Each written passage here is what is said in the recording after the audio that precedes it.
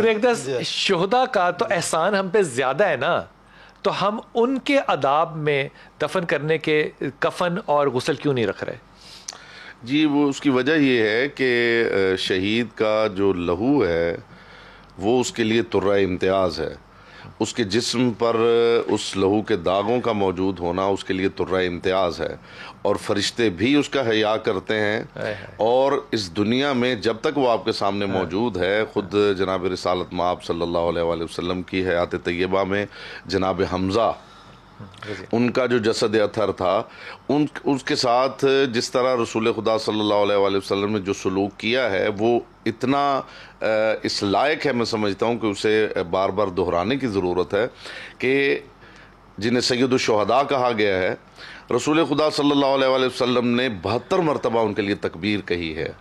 اور رسول خدا صلی اللہ علیہ وآلہ وسلم نے فرمایا کہ شہید کی یہ تکریم ہے، شہید کی یہ عزت ہے، اور اس کا یہ احترام ہے کہ اسے اسی لہو سے مملو جو لباس ہے اسی کے اندر اسے دفن کیا جائے، اس لیے کہ اس کے لیے یہ فخر کی بات ہے۔ اس کے اوپر کوئی چادر ڈالنی چاہیے؟ جی اوبیسلی چادر تو ڈالنی چاہیے، خود رسول خدا صلی اللہ علیہ وآلہ وسلم نے جناب حمزہ پہ جو ہے وہ چادر ڈالی۔ چادر سے جب چہرہ ڈھپتے تھے تو پاؤں ننگے ہوتے تھے۔ جی بالکل، ایک تو قد ان کا اتنا ماشاءاللہ تھا،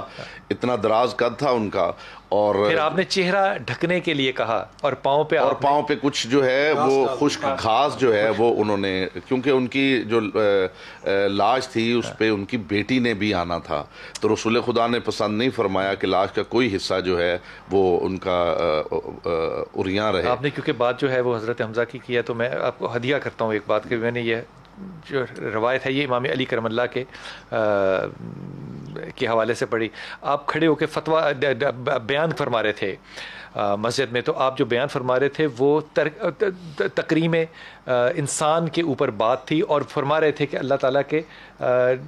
رسول نے کس طرح فرمایا کہ جب تم مرو گے تو کیا ہوگا۔ یہ بڑی لمبی، تقریباً میرے خیال میں کچھ 36 پیج تھے میرے پاس عربی اور اردو کے ترجمے میں، جس پہ یہ سارا واقعہ لکھا تھا کہ جب مرو گے تو کیا ہوگا، تم اپنے سیدھی طرف کھڑے ہو کے اپنا چہرہ پہلی دفعہ دیکھو گے،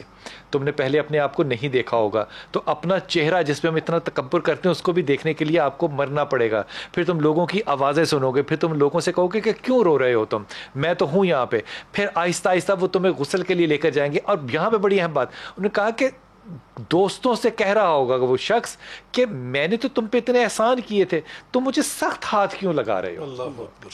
مجھے سختی سے کیوں کر رہے ہو، تم اس طرح سے مجھے تکلیف کیوں دے رہے ہو، یہاں تک کہ جب وہ تمہیں اٹھانے والے ہوں گے تو تم ان سے درخواست کرو گے ان لوگوں سے کہ میرے اتنے احسانات ہیں تم لوگوں پہ، کچھ دیر مجھے اور اس گھر میں رہنے دو۔ اور اگر تم اس کی چیخوں کی آواز سن سکتے، تم دیکھتے کہ آسمان پھٹ جائے اس کی آوازوں سے، اگر تم سن سکتے۔ لیکن جو میں بات آپ کی بڑھا رہا ہوں، وہ جو شہداء ہیں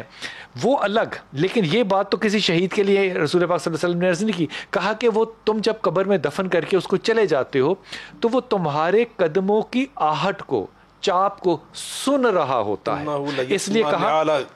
کہ وہاں کتنی دیر بیٹھنا ہے، جتنی دیر اونٹنی کو ذبح کر کے اس کا گوشت نہ بانٹا جائے۔ اس کا کیا مطلب میں یہ سمجھوں علامہ صاحب کہ وہ جو قبر ہوتی ہے، میں کیا لفظ استعمال کروں، میرا جسم کہاں پر ہے، وہ زندہ ہوتی ہے؟ دیکھیے بلال بھائی، قبر جو ہے وہ زندگی کا تصور ہر چیز کے لیے مختلف ہے۔ جب ہم انسان کی زندگی کی بات کرتے ہیں تو پھر ہم اس سے مراد یہ لیتے ہیں کہ اس کا جسم، اس کا نفس اور روح تینوں ایک جگہ پر موجود ہیں، اسے ہم حیات انسانی سے تعبیر کرتے ہیں۔ لیکن مرنے کے بعد بھی اس کی باڈی میں ایک حیات ہے تو وہ گل سڑ رہا ہے۔ وہ جو ایک سیلولر ڈیتھ ہے وہ بعد میں ہوتی ہے، اس سے پہلے وہ حیات موجود ہے۔ اچھا، بڑی اچھی بات آپ نے کی، وہ سڑ اس لیے رہے، گل اس لیے رہے کیونکہ حیات نہیں ہوگی تو پتھر گلتے سڑتے تو نہیں بہت اچھی بات کی۔ اصل میں ہوتا یہ ہے کہ روح جب بدن انسانی سے پرواز کر جاتی ہے تو پھر بھی اس روح کا ایک گہرا ربط اور تعلق جو ہے وہ اس جسم سے رہتا ہے، بالکل ایسے ہی جیسے ہم سو جاتے ہیں۔ قرآن نے نیند کو چھوٹی موت کہا ہے اور موت کو لمبی نیند کہا ہے۔ رسول خدا صلی اللہ علیہ وسلم انتظار کرنا ہے کہ اونٹ کا گوشت جو ہے وہ آپ کاٹ رہے ہیں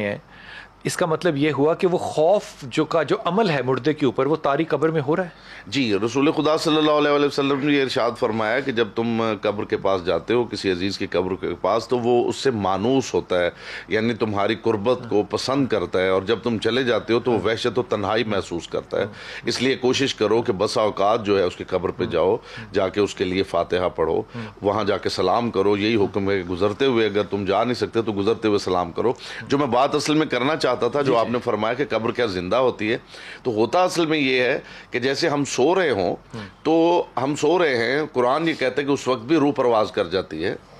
اللہ یتوفی الانفس حین موتها واللتی لم تمت فی منامها, ان کی روح قبض ہو جاتی ہے. جیسے ہی ایک مچھر بھنبھناتا ہے ہمارے کان کے قریب تو ہمیں فوراً اس کا احساس ہوتا ہے اور ہم ہاتھ سے اس کو ہٹانے کی کوشش کرتے ہیں, جبکہ روح پرواز کر چکی ہے. تو اصل میں یہ ہے کہ روح کا تعلق جسم سے ایسے ہے جیسے سورج کی شعاعیں براہ راست زمین پہ پڑ رہی ہیں, اسی طرح قبر کے ساتھ روح کا براہ راست واسطہ ہے. جواب روح دیتی ہے, جسم جواب نہیں دیتا. جیسے ہی آپ قبر کے پاس جائیں گے یا اسے سلام کریں گے تو روح متوجہ ہوگی اور وہی آپ کو جواب دے گی, اور وہی سارے احساسات.